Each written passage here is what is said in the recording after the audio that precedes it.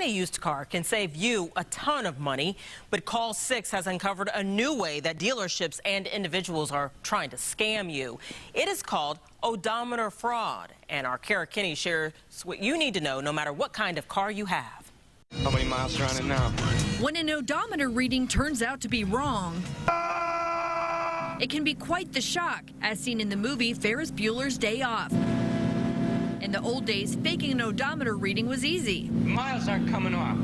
Just have to crack open the odometer, roll it back by hand. But now that cars are so computerized, car sellers are rolling back readings in new ways. Is this pretty easy to do? It's extremely easy, and it's one of the reasons that it's happening so much more often. Chris Basso with Carfax says typically the scammer either plugs a handheld device into the car's computer and changes the reading, or the seller can swap out the odometer cluster altogether. How big of a problem is this in Indiana? This is a huge problem. Our data suggests that there's over 12,000 vehicles that are on the road that have a potential odometer rollback. Tanya Zimmerman is a victim of odometer fraud. Title said 116,000.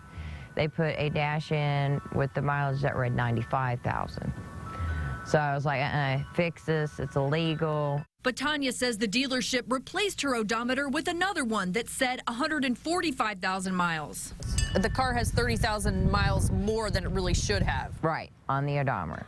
And because it's illegal to sell a car with a fraudulent odometer, Tanya is stuck with it. Mad. I mean, I was mad. I just forked out over $9,000 and I can't get anything out of it. I can't even trade it in. Odometer fraud is a concern for the Indiana State Police Regional Auto Theft Task Force. It's theft is what it is. This trooper works undercover. Most people that are victims of this are usually our lower income because they can't afford to go to a major dealership, purchase a new car. They buy a car that they hope lasts for 4 to 5 years. And unfortunately, with the bad odometers on them, they're not lasting that long.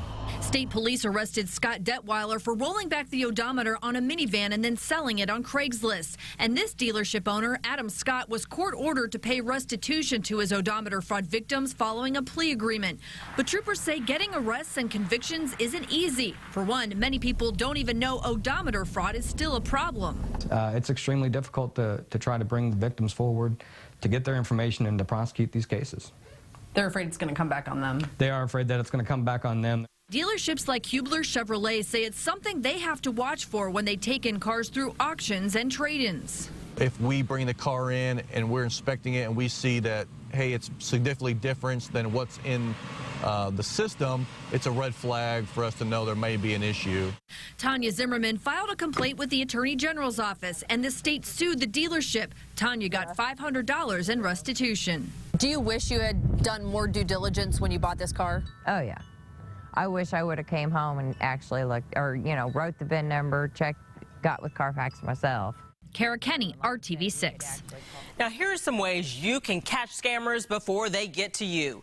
Carfax offers free odometer checks. You can also have a mechanic take a look at the car before buying, or you can do a check yourself looking at the gas and brake pedals for wear and tear and see if it's matching up with the mileage.